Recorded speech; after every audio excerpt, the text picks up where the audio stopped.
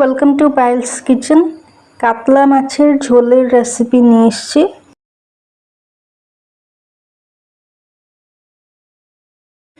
এখানে 4 পিস কাতলা মাছ ভালো করে ধুয়ে জল ঝরিয়ে আন্দাজ মতো নুন আর হাফ টিস্পুন হলুদ গুঁড়ো দিয়ে মাখিয়ে রাখা আছে 15 মিনিট।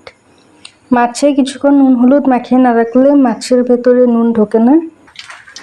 কড়াতে সরষের তেল ঢেলে ভালো করে গরম করে মাছ দিয়ে ভালো করে ভেজে নেওয়া হচ্ছে।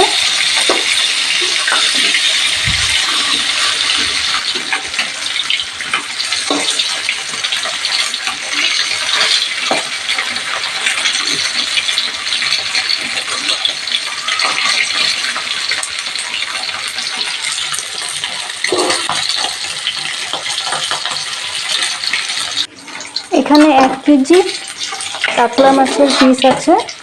আমি শুধু 4 পিসই রান্না করে দেখাবো।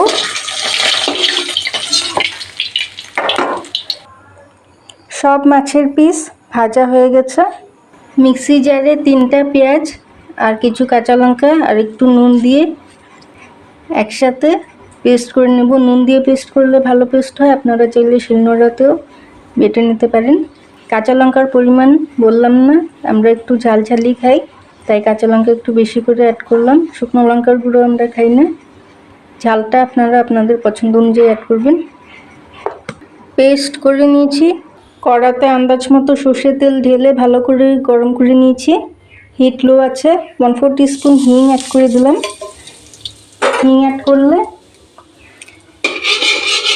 পেস্ট বাদে তেলের উপরে নুনটা অ্যাড করে দিলাম। নুন অ্যাড করলে কি হবে, মশলা যখন দেবো বেশি ছিটবে না। নেড়ে দিলাম। বাটা মশলা মানে পেঁয়াজ আর কাঁচা লঙ্কা বাটাটা অ্যাড করে দিচ্ছি।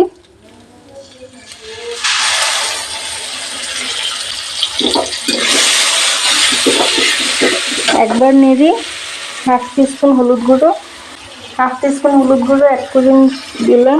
এবার মিডিয়াম হিটে কষিয়ে নেব।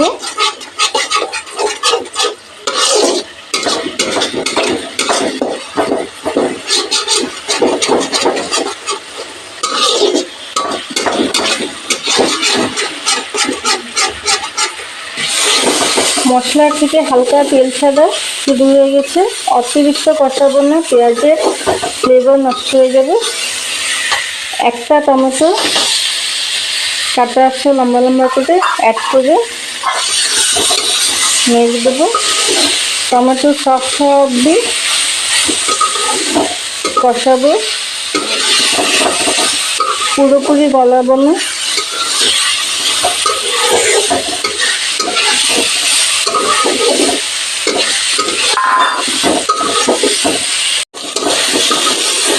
টমেটো সফট হয়ে গেছে কিন্তু পুরোপুরি গলে যায়নি। এবার আন্দাজ মতো গরম জল অ্যাড করে দিচ্ছি। ঠান্ডা জল অ্যাড করলে নষ্ট হয়ে যাবে, তাই গরম জল অ্যাড করতে হবে। খুব বেশি জল অ্যাড করার দরকার নেই, কারণ এটা স্লাইট ঘন হবে। বেশি ঘন হবে না, আবার একদম পাতলাও হবে না।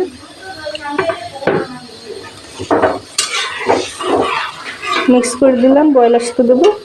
বয়েল এসে গেছে। টেস্ট ব্যালেন্স করার জন্য একটুখানি 1/4 টিস্পুন চিনি অ্যাড করে দিলাম। না চাইলে অ্যাড করতে হবে না।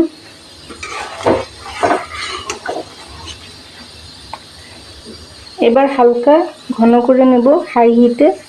ঝোলটা হালকা টানিয়ে নিয়েছি। এবার 4 পিস ভাজা মাছ অ্যাড করে দেব।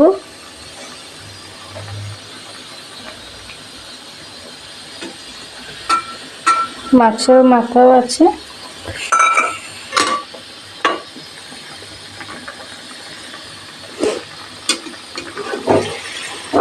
এবার হাই হিটে 4 মিনিট ফুটিয়ে নেব।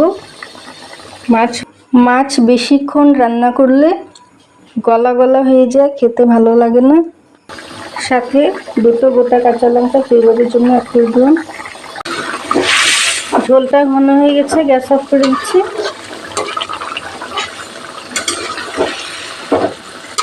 ঠান্ডা হলে আরেকটু ঘন হয়ে যাবে। আরও রেসিপির আপডেট পেতে চাইলে চ্যানেলটাকে সাবস্ক্রাইব করে পাশের বেল আইকনটা ক্লিক করে অল অপশানটায় ক্লিক করে রাখবেন।